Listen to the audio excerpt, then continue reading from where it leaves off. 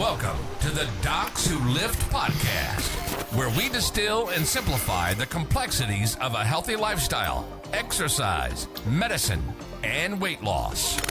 We're excited to bring you a podcast that's a prescription for clinical practice, scientific recommendations, and just real life. This is the Docs Who Lift podcast. Hey, and welcome back to the Docs Who Live podcast. I'm your host, Dr. Spencer Nadolsky.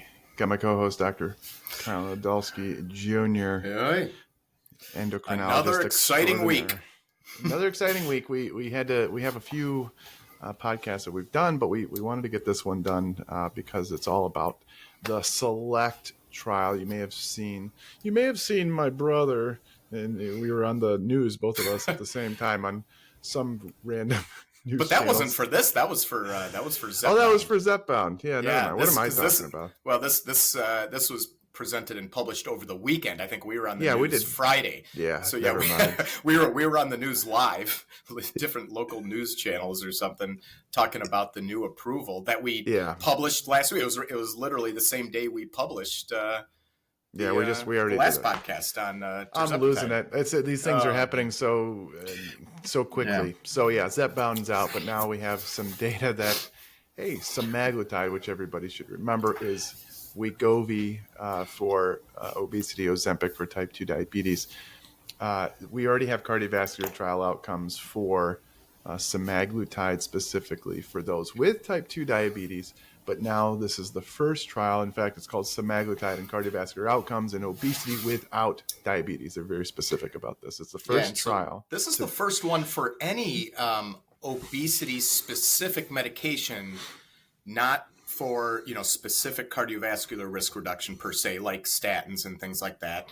Not for diabetes therapy, not in diabetes. But this is the first obesity-specific medication studied for, at least, and having results for, made for cardiovascular, to look at cardiovascular we had events. some for, we had a trial for lorcaserin, which ended up off the market anyways. That was essentially neutral.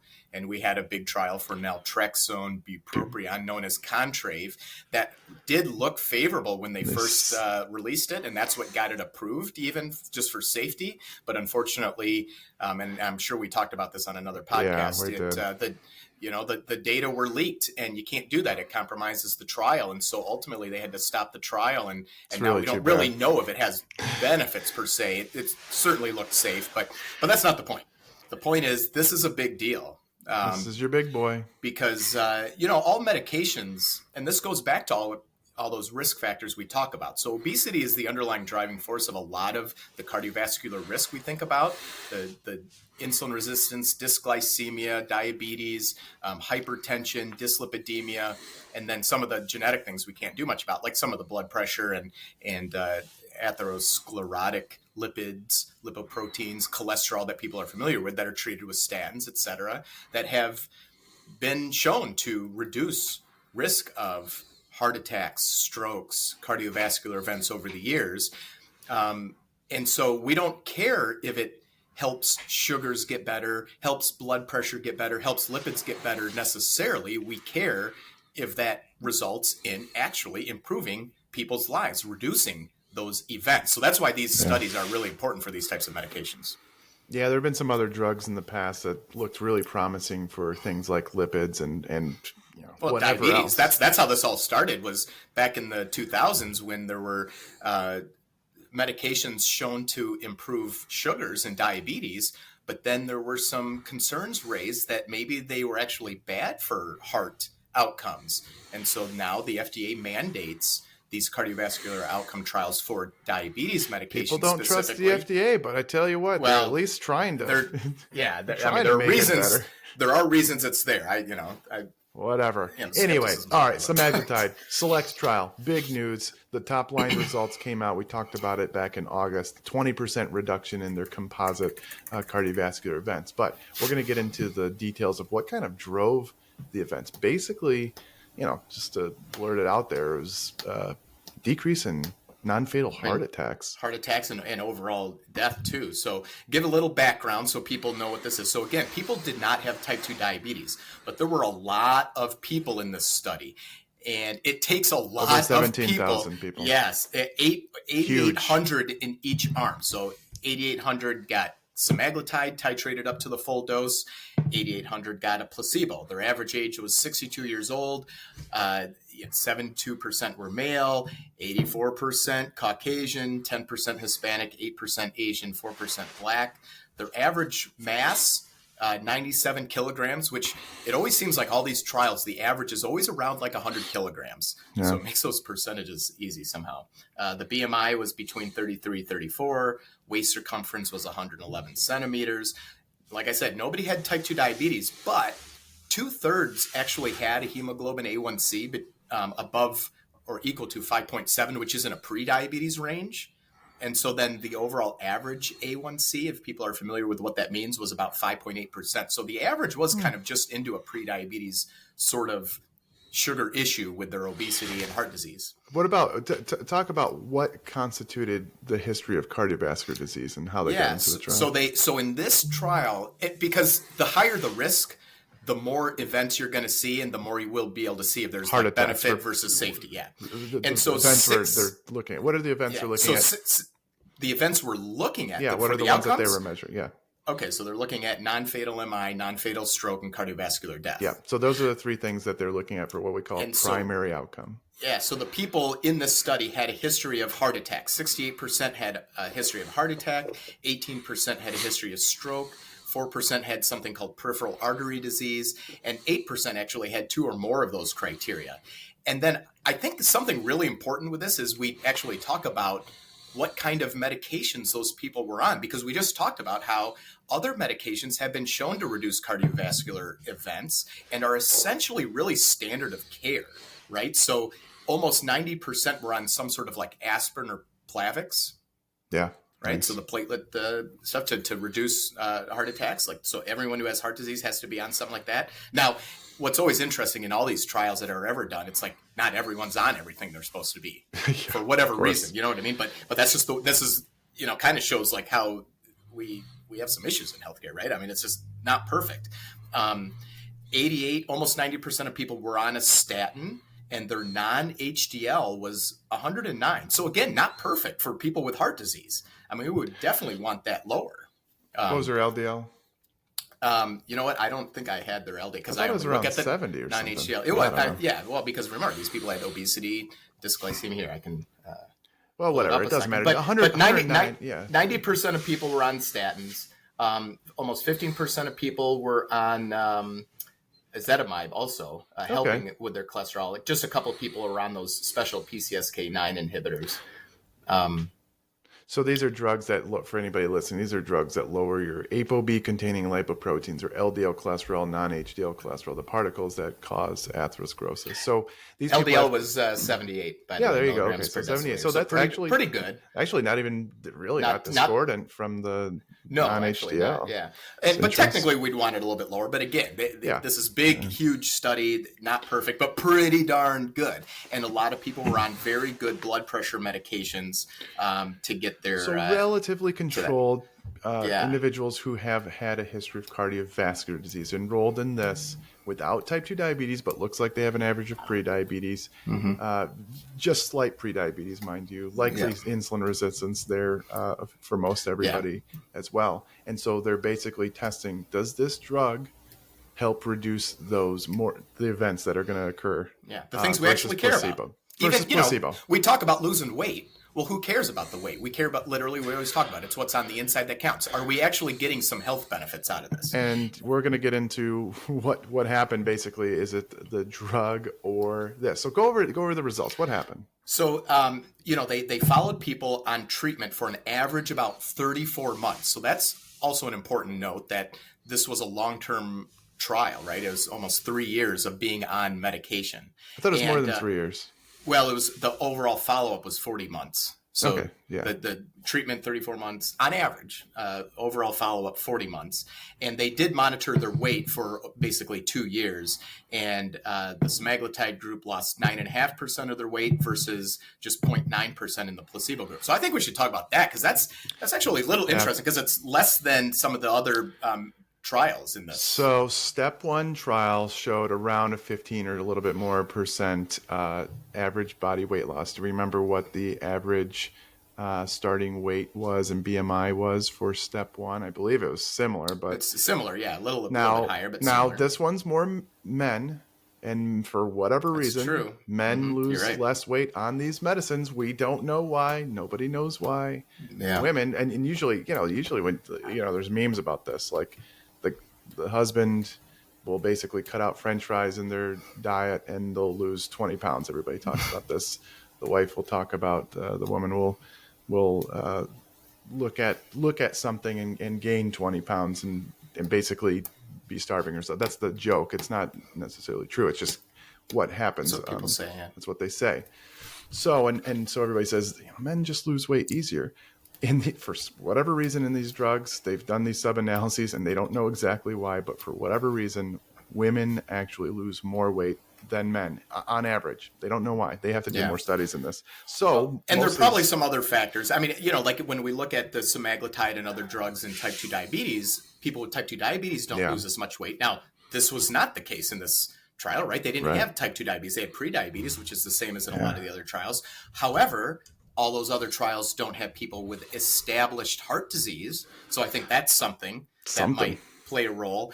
A lot of the people were on beta blockers. That's maybe playing a role. 70% of people were on beta blockers with good blood pressure, mind you, but that, plays some role. So there are probably some other things that we could dig into, and hopefully someone who's really good at these statistical analyses will so figure back it at out step for us. 1, you said the body mass index of this was 34. The body mass index of step 1 was an average of almost 38. 37, yeah, that's what I thought. It was almost 38, and it was 73% women. Yeah, so it's different. This is one of the only trials for an obesity medicine where I've seen more men in it. I don't think I've ever seen that. Now, off the top of my head.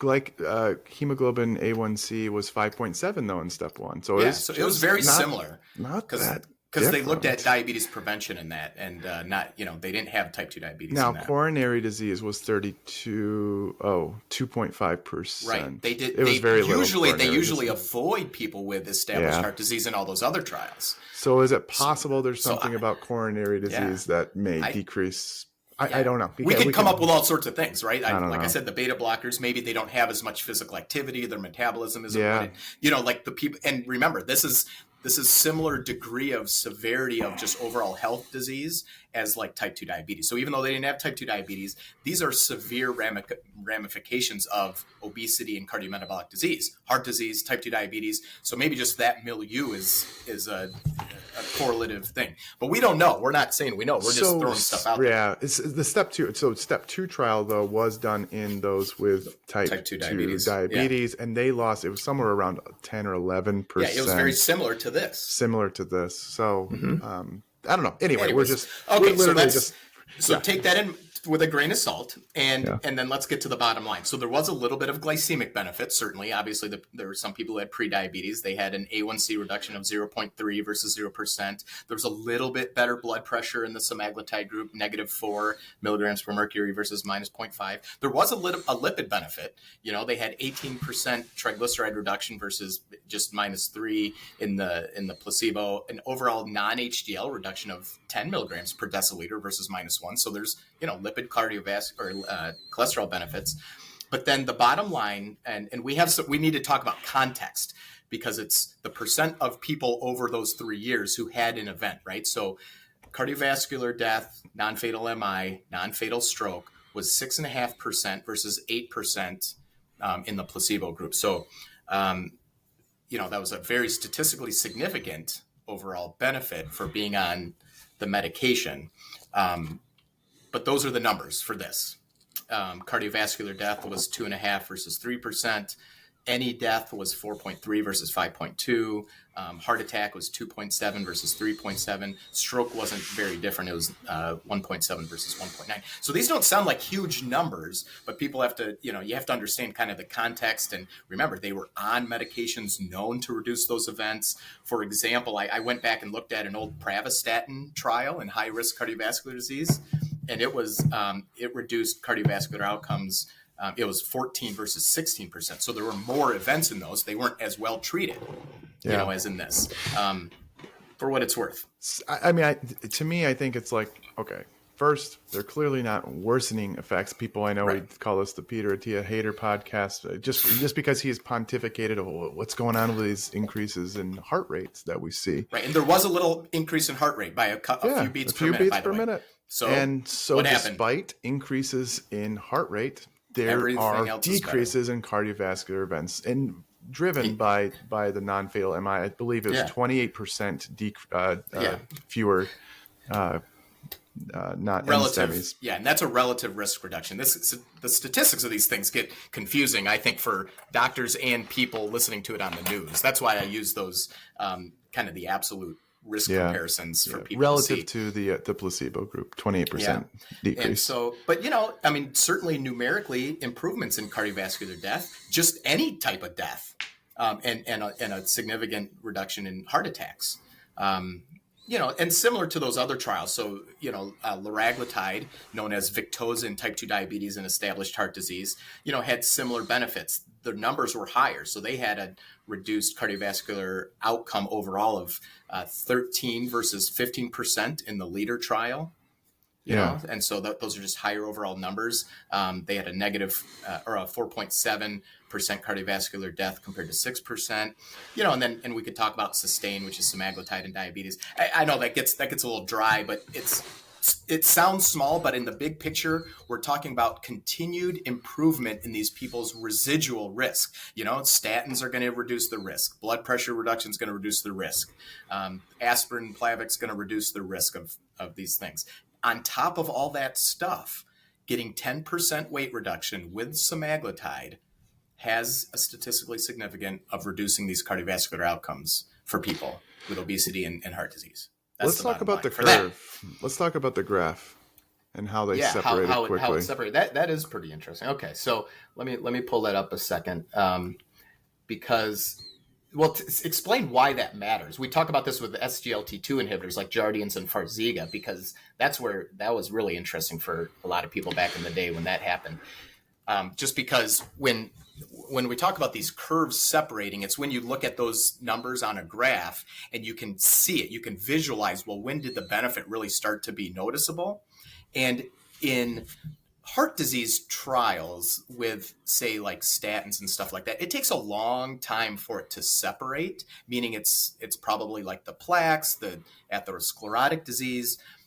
In SGLT2 inhibitor trials where there's like a dramatic, immediate improvement in the risks, you see that separation immediately. And it's kind of interesting in this, I think, that everyone's talking about, is that while it's a gradual splitting of placebo and semaglutide over time for just the primary cardiovascular composite endpoint, you do see it very early on, like almost immediately. It's very early. And it includes heart failure, by the way. They didn't have a ton of weight. They didn't have as much weight loss as we expected. Right. And certainly not at the beginning. There's something, the look ahead trial, we've talked about this before. They've tried to do this before with diet and exercise and see if there's an improvement in cardiovascular events. They didn't show it for what they call the primary outcome, but they looked at subgroup post hoc analyses and looked at those who lost 10% of their weight in that trial, and it looked like there was a benefit. There was benefit, but they can't make the claim. It just looks like, hey, looks like there's probably. So they thought maybe if people lost 10% of the weight, then we could maybe start seeing it. But people don't lose 10% of their weight right away. It takes time to lose weight, and they didn't in this trial on average. They didn't even lose 10%. It was close. It was very close. The curve kept splitting as it went on for the overall outcome. I mean, including death and everything like that. So our point is that there is very likely something about this drug that is having an effect on cardiovascular disease, atherosclerosis, and maybe plaque stabilization. I don't know. Well, and they talk about GLP receptors on the heart and stuff like that. So hopefully these are all good things. We talked about this back in August when we were pontificating what's going to happen and what is going to be the weight loss with the drug. We talked about something called the harmony. Pontificating. Look at that on the Docs Who Live podcast. We're not just meatheads. We know a little something about some vocabulary. Our parents were teachers. So I don't even know what I was. The Harmony trial. We were going to talk about the Harmony. Remember the Harvard trial? It was the drug. It was the GLP-1 that barely caused any weight loss despite having albiglutide. Yeah, it was not a very great medicine for weight and glycemic control. But hey, it had cardiovascular. It had a good cardiovascular outcome trial, which was really interesting to a lot of people. Very interesting. So. Anyway, well, honestly, who cares? Like, in my opinion, like the drug decreases cardiovascular risk. Yeah. I'm glad it doesn't increase. There are some other things about this trial that I was really excited for because it's long more importantly to some people, because of all the scaremongering done by people like Peter Attia and the media. Yeah. Because they're trying to scare people away from this medication. And while we certainly tell people that people should not be using any of these meds for vanity reasons. The higher the risk you have from your obesity, diabetes, heart disease, etc., the more benefit you're going to get. That's literally why they tried it in people with established heart disease. Like, you can tell these people are at high risk.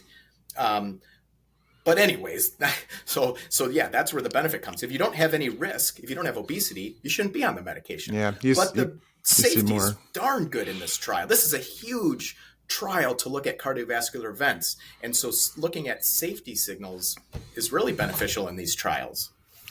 Yeah, so let's talk about what they saw, because everybody talks about first. I think the big one is pancreatitis. Everybody worries about pancreatitis. Pancreatitis, that has been a concern with all these medications for a long time. Some trials and observational data bring it up, but I'll tell you, every one of these cardiovascular outcome trials seems to reassure us. So pancreatitis in this huge trial, almost like 8,800 people in each arm over each 3 years. Huge. Pancreatitis was 0.2% in the semaglutide group and 0.3% in the. But talk about how many. There were like 17 and 24. Well, right? Yeah, something like that. Yeah, it was like very small numbers. That's very, very low numbers.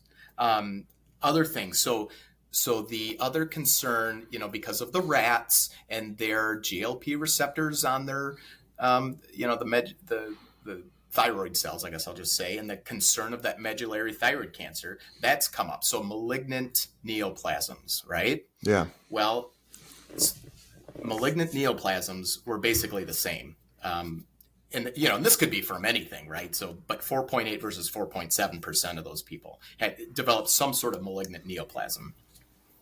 Yeah, and we don't know the subgroups of those neoplasms. I actually messaged someone from the Novo team. We can get that data. Interesting. We should get the data. Let's just see. I mean, the reason they were even looking at that was for medullary thyroid cancer. So I'm surprised they didn't put that in the supplement. I know. I want to see it. And what's interesting, now that I say that, I wrote down that there was, for all neoplasms, there was 4.6%. How can there be more malignant neoplasms than just overall neoplasms? That's weird.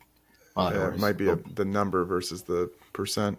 That might be. Anyways, and then acute kidney injury was actually lower, 1.9% versus 2.3% in the semaglutide group. And then the one thing we know from all the meta-analyses is that there is a little bit of a hint of increased gallbladder issues in these medications, but even this was only 2.8 versus 2.3%. So. Yeah. So people lose weight. We've talked about this before. Whether these drugs have some sort of effect on the specific gallbladder, which may affect function, which may increase risk of stone formation, because if you're not, moving the bile around in your gallbladder, I don't know. But when you lose weight quickly, the mixture of the salts and the cholesterol within it can modify and start forming stones. And so when you lose weight quickly, that's the concern. And we do see, I've seen it before. Patients are like, I got to go get a cholecystectomy. But whether it's from the drug or the weight loss, hard to know, because this is the first time we're seeing like really massive amounts of weight loss with these drugs.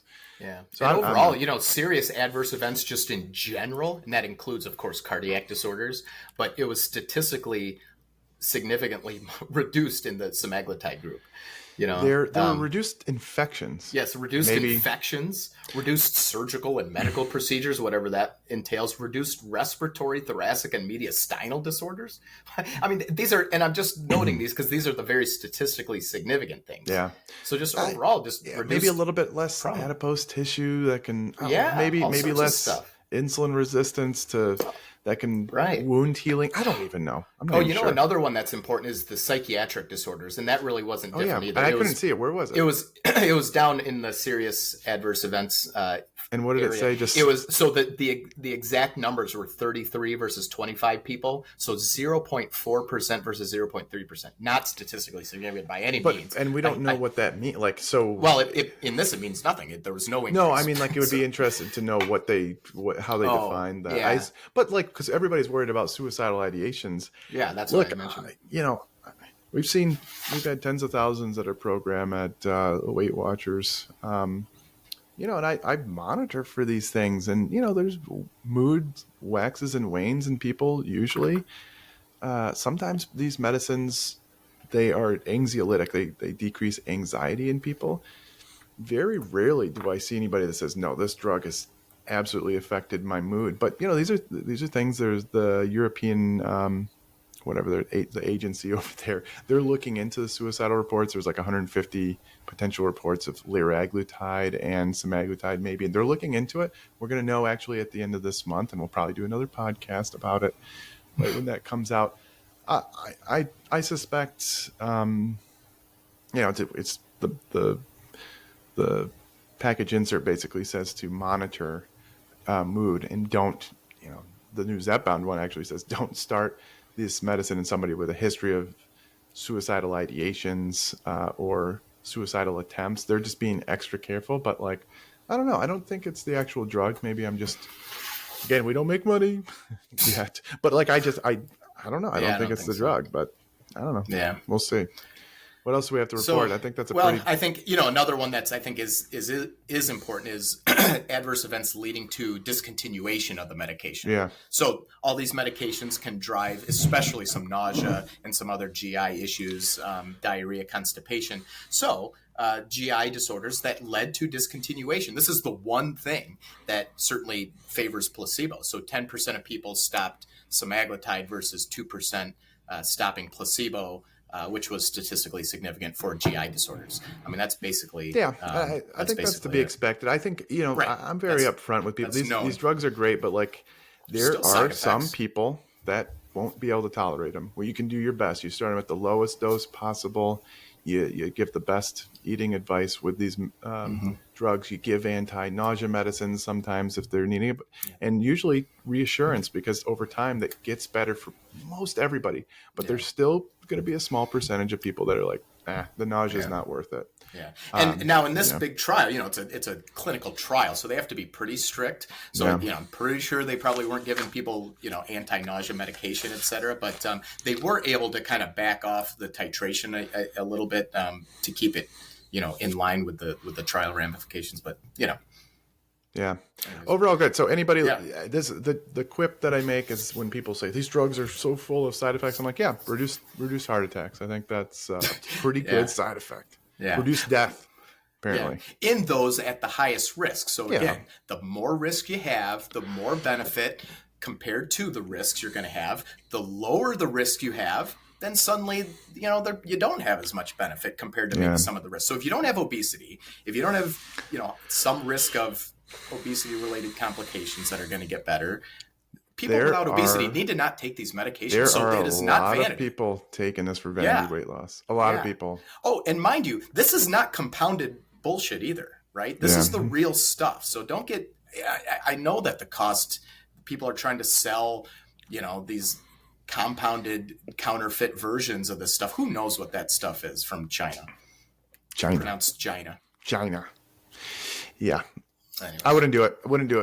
That doesn't pass the family test. I would give the FDA approved manufactured here in the United States of America. I would give that to a family member, but not the compounded stuff. And unfortunately, there's a cost issue. We can talk all about. We got to get someone on to talk about why the heck our costs are a problem. Because we don't don't know what the hell we're talking about. Well, God, why I can't believe we allow millions and millions of the commercials. We're the only country other than New Zealand but the PBM, we have these middlemen too. It's just a mess. Still, think about how much money they spend on commercials. Yeah, and that could go to reducing the. Anyways, they have some good jingles. That's pretty good. It is, but it costs millions and millions of dollars. Yeah, I don't know why we don't. They don't even need to market. They shouldn't even make any commercials. This stuff's going to sell itself. They're just printing and most money. drugs do. They should teach. Doctors need to learn about it. And all right, well, you just went off on a horrible tangent. All right, we'll do another one. Anyway, semaglutide. Before anybody asks, does this cross over to tirzepatide? We assume, but we can't state that it does. The GI Until that trial is out, we cannot say for sure. It'll be out a year or two. It's probably 2 years. And and in all the phase 3 trials of it put together, it has the hint. It looks like it has the reduction, but that's not the type of trial that it needs to be. It will.